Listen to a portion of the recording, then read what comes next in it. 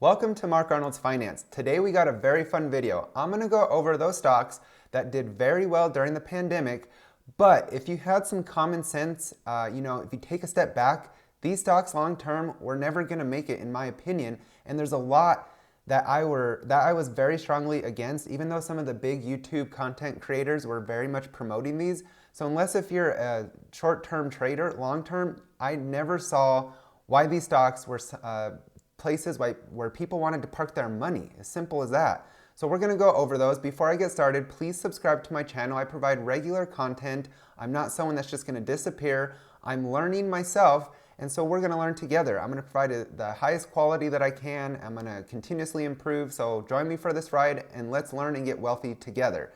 So let's get started on the pandemic stocks that I saw during the pandemic when people were flooding money into that I definitely stayed far away from it. I even voiced my opinions often on this. I have a few videos on a few of these stocks. So let's get started with stock number one, and that is Peloton. Now, if we look at Peloton's stock chart, all of these on the list today have gone down pretty massively. So Peloton right now is trading at $17.56. At its high during the pandemic, it was at $162.72. Ouch, to go from 160 to below 20, that is very painful. So what did I see about this stock that other people I felt ignored or were just jumping on the bandwagon? Well, first off, with online anything, there's going to be mass competition, right? And there's countless options out there. There's things like Apple Fitness now. And my hometown gym even put up their own workouts and filmed, the classes that I would go to in person. Now you can view them online through their website. And then something like this, it's easily replicated. Just kind of to back up that first opinion. Anybody can do this. Anybody can film something and put it out there. Not only that, but Peloton is super expensive. You're paying you're paying thousands of dollars for equipment. And on top of that, having to pay a subscription, and I don't think long-term anybody's going to support something like that. Another thing that I saw, because I've been a long-time gym member and, over 15 years now, the one thing that I can say is the majority of people don't successfully work out from home. How many times have we all seen people buy equipment and it just sits there in the garage or even out back with clothes hanging over it or just gathering dust, and then they end up putting it online for sale? It is very often, you have to be very disciplined in order to work out at home successfully, and I think only very few people can do that, so the majority of people are going to be more successful at the gym. There's also, with companies like Peloton, there's an easy customer transfer. So it's easy to cancel your subscription and just join another one. And to me, I don't like that as an owner of a company if it's that easy to just pivot and move. Another thing is stepping back and having some common sense. During the pandemic, people were locked down. So obviously they're going to flood to online platforms to try to work out. But once things eased and opened up, I just knew the gyms would be busier than ever. And sure enough, they are. I drive around town here in Albuquerque and all the gyms parking lots are packed. And this is just something that I think was a no-brainer, common sense. And so for that, Peloton is really, they should be called a Peloton of money, because nobody's going to spend that type of money long term when you can go to gyms for much cheaper that offer a lot more. There's gyms that offer free childcare, in-person classes.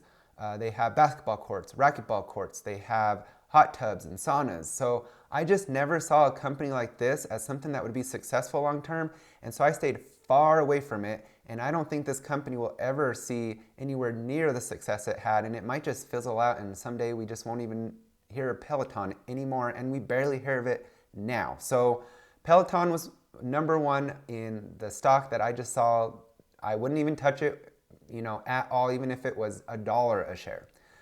Next one up that we are going to talk about that was a pandemic stock and now is failing is Teledoc.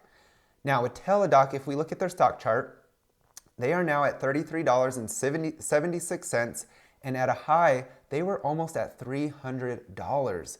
This stock has plunged, it's crashed, it's awful looking. So with Teledoc, again, this is something that is easily replicated. All the big healthcare companies can just create their own online telemedicine and virtual medical visits. And so it's something that's easily replicated. And that was one of the first things that in my mind I thought of and was like, I'm not going to put my money into that. Also, there are still many issues that require in-person care. You know, with a company like Teledoc, they're only going to be able to go so far with things before you still have to go to a doctor to get things checked out, looked at, get blood work, whatever it may be. Also, just like with Peloton, there's an easy customer transfer. I know, no matter what you do, when you go to, do an online visit, whatever you get to utilize for an online visit, you're going to utilize. You're not going to think, oh no, I prefer Teledoc. Please send me I only want to do it on Teledoc. No, you're just going to use whatever they provide you. So I think there's an easy customer transfer, and there's not that stickiness there with their company where people are going to want to do Teledoc for a video visit. They're not going to care as long as they get to see somebody when they're sick. So with Teledoc, I saw this as a stock that I wanted to stay far away from. So I want you to tell me if I'm wrong. So I'm putting some corniness out there, so hang on and just excuse it, but I'm gonna put it in there because that's just who I am. Actually, you'll learn that as we get going with this channel. So Teledoc was the number 2 stock that I saw that I wouldn't touch this at all. I don't know why people were pouring into it, but I think overall, there's gonna be a place for it, but it's just not what I think people were thinking it was gonna be. And one company is not gonna make it. It's gonna be these big corporations that create their own systems, and there's going to be so many different ones. So Teledoc is a no for me. The next one, I made a video on this. So I think I made a video on Peloton. I know I made a video on this one, and that's Lemonade.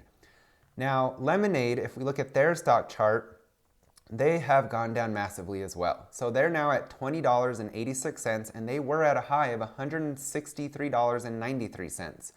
This stock has plunged. This is one, it's an insurance company. They provide coverage for different lines of business.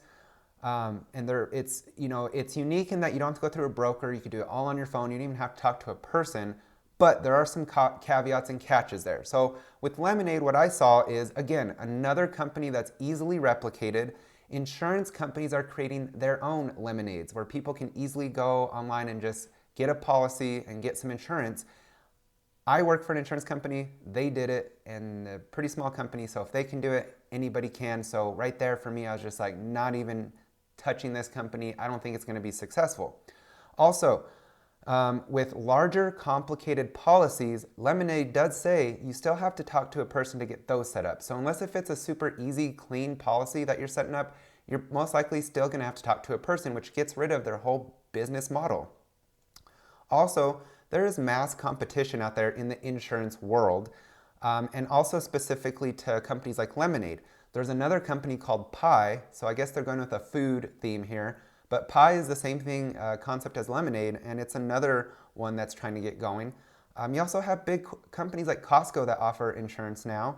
There's just not a lot of non-traditional companies out there, non-traditional insurance companies that are trying to get started too, so there's just mass competition, and that's another red flag for me.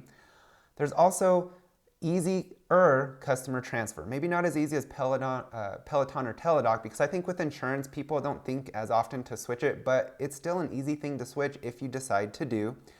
So I think that the easy customer transfer was another thing. Also, large insurance companies can afford to target Lemonade on their insurance lines and reduce costs because they can afford it, because they have lots of cash flow, right? So all those things for me were red flags. And so for Lemonade, for me, it was a lemon no. All right, moving on to the next one. Another stock that during the pandemic, people were flooding in. Another one, I think that they thought this one was gonna just be humongous, but it ended up not, and that was Zoom. So with Zoom, if we look at their stock chart, they are now at $100. They were almost at $560 at their high. So this one has crashed, it's gone down, it's an awful situation. So with Zoom, and you're noticing some, repeats, some commonalities between all these. One is, again, it's a company that's easily replicated. There's mass competition. You look at Microsoft with Teams. And with Zoom, it's really just a one-stop shop company. They don't really do anything else besides video communications, And so there's no diversity in this company. They have a small moat. And for that, that was just a huge risk for me as well. There's also easy customer transfer.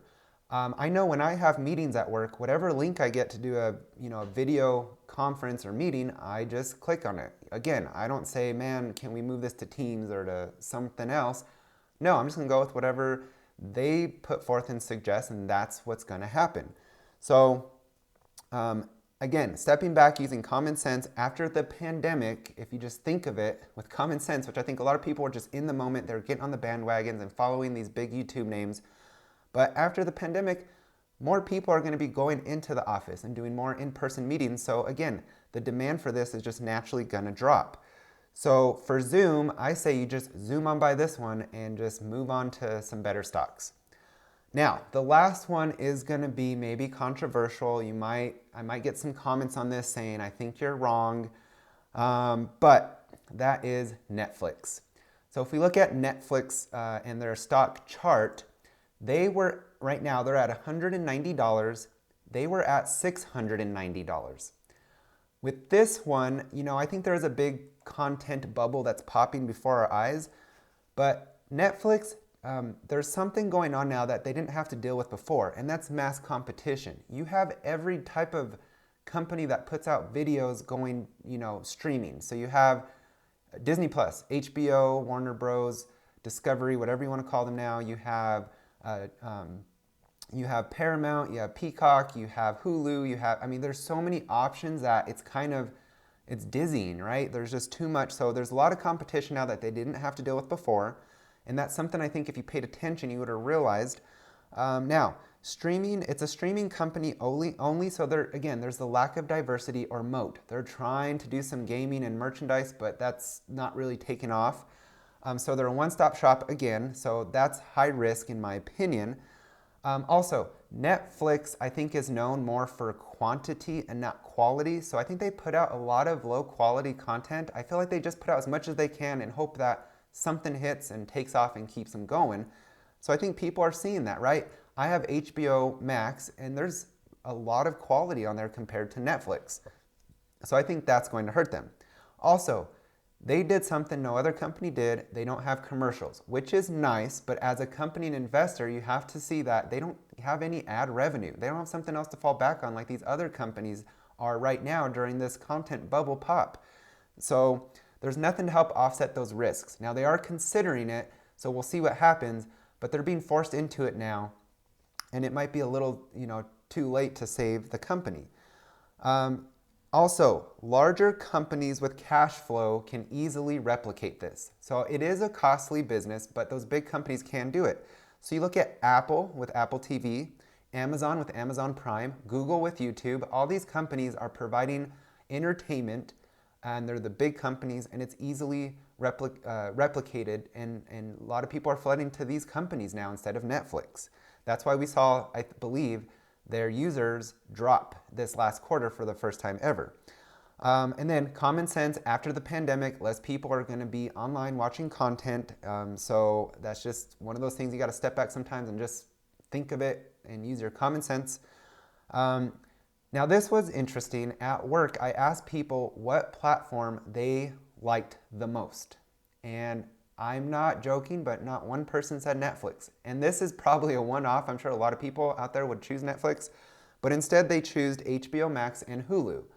So right there, it's kind of like, I think even one person chose Paramount, which I don't know much about, but, and these people range in age from young to older. So I think that just shows that Netflix doesn't have that power anymore that it used to have.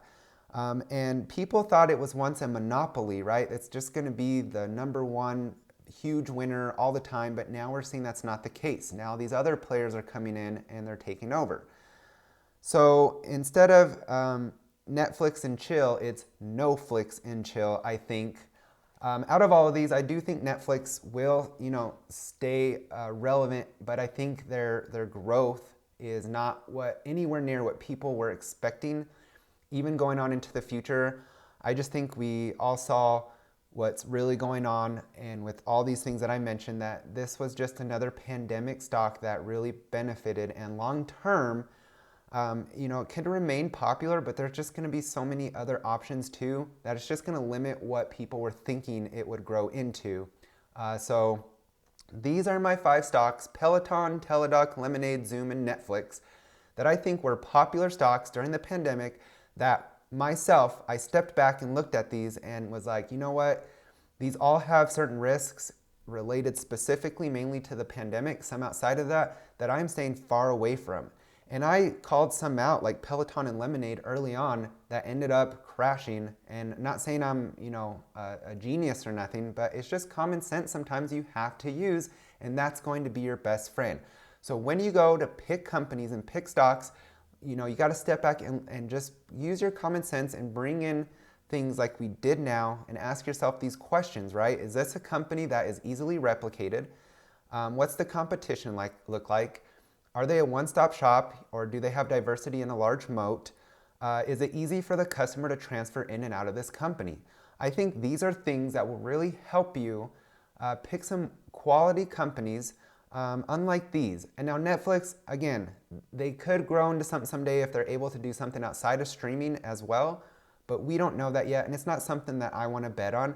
But all these other ones, I think, are long gone, in my opinion. But tell me if you think I'm wrong. Tell me if you think any of these will come back, or if I've missed any stocks that you think I should have mentioned on this video that were pandemic plays and now they're pandemic duds. And so with that said, guys, I hope you enjoyed this video. I look forward to putting out some more content soon that I think will be very interesting. Sorry, I'm growing out my hair and it's attacking me during this whole video. I apologize for that. But anyways, hope you guys have a great day. We'll see you next time on Mark Arnold's Finance.